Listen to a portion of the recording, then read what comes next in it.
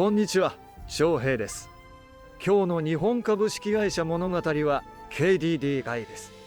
NTT とは違う道を歩いてきた通信会社の物語を見ていきます。日本の通信を語るとき、NTT は大きな土台です。でも、その横には別の道を選んだ会社があります。KDDI は競争と合流を重ねて広がった通信の会社です。多くの人にとって KDDI の入り口はauです。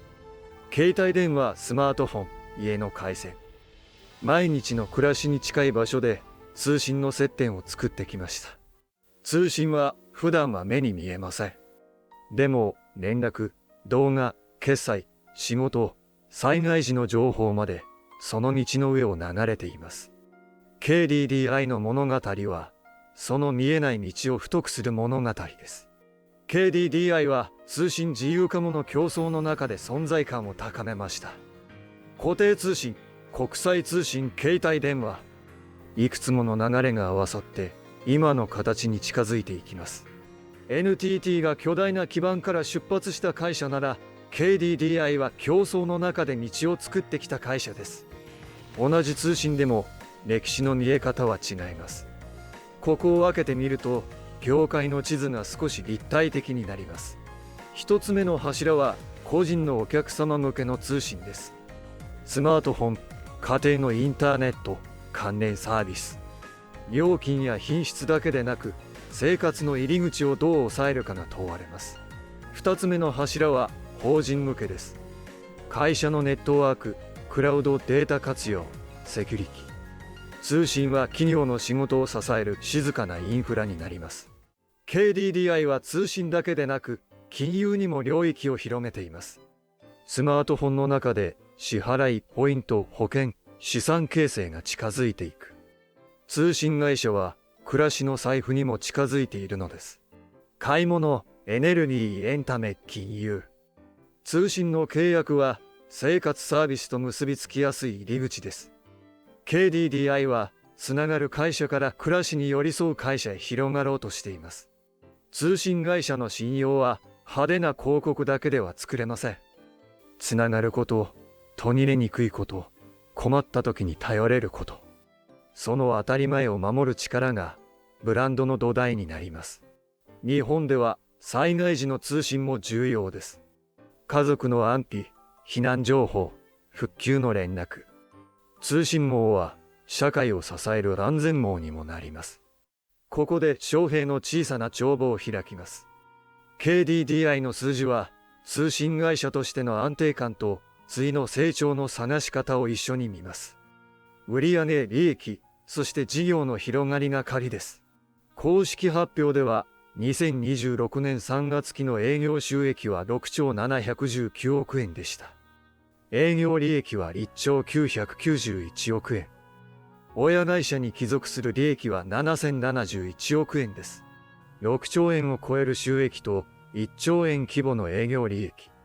これは通信が日々の生活に深く入り込んでいることを示します。ただし、投資家は数字の大きさだけでなく中身を見ます。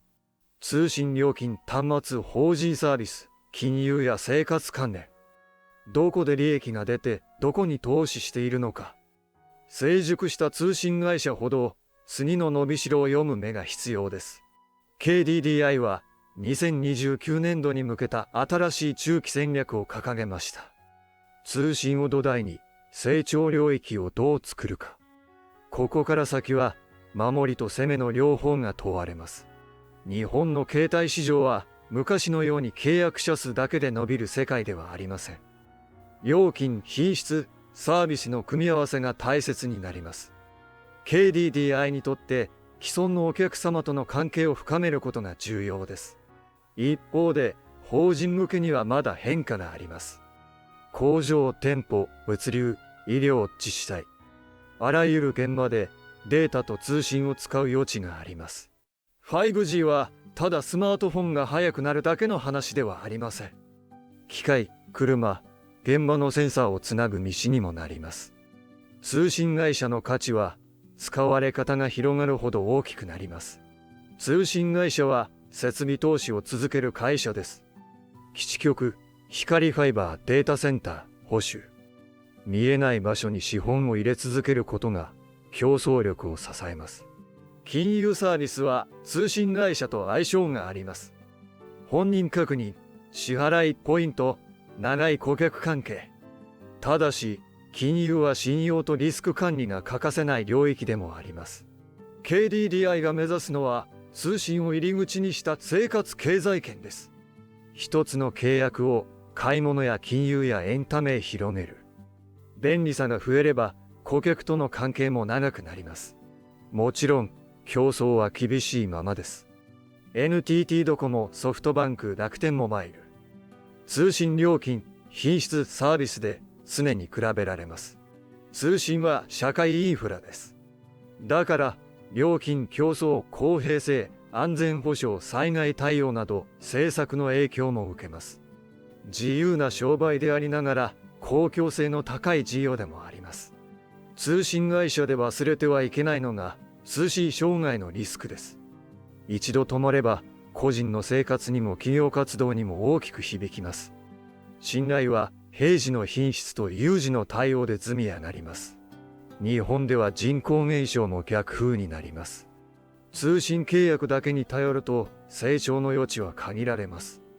だからこそ法人、金融、生活サービスの広がりが大切です。投資家が見る一つ目の鍵は通信基盤です。顧客数、解約率、通信品質、設備投資。地味ですが会社の足腰を決める部分です。二つ目の鍵は法人向けの成長です。企業のデジタル化が進むほど通信とクラウドの役割は増えます。個人通信の成熟を担えるから見どころです。三つ目の鍵は金融と生活サービスです。通信の顧客接点をどこまで自然に広げられるか。押し売りではなく便利さとして選ばれることが大切です。四つ目の鍵は資本配分です。設備投資、成長投資、株主還元。安定した会社ほどお金の使い道が長期の差になります。第11話の NTT は日本通信の巨大な土台でした。KDDI はその土台と競いながら別の道を作った会社です。同じ通信でも歴史を分けると見え方が変わります。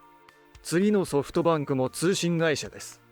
ただしソフトバンクはネット企業や決済との近さが強く見えます。KDDI と比べると通信会社の個性がさらに見えてきます。同じ電波の海でも次はサービスの港へ寄っていきます。今日の鍵一つ目。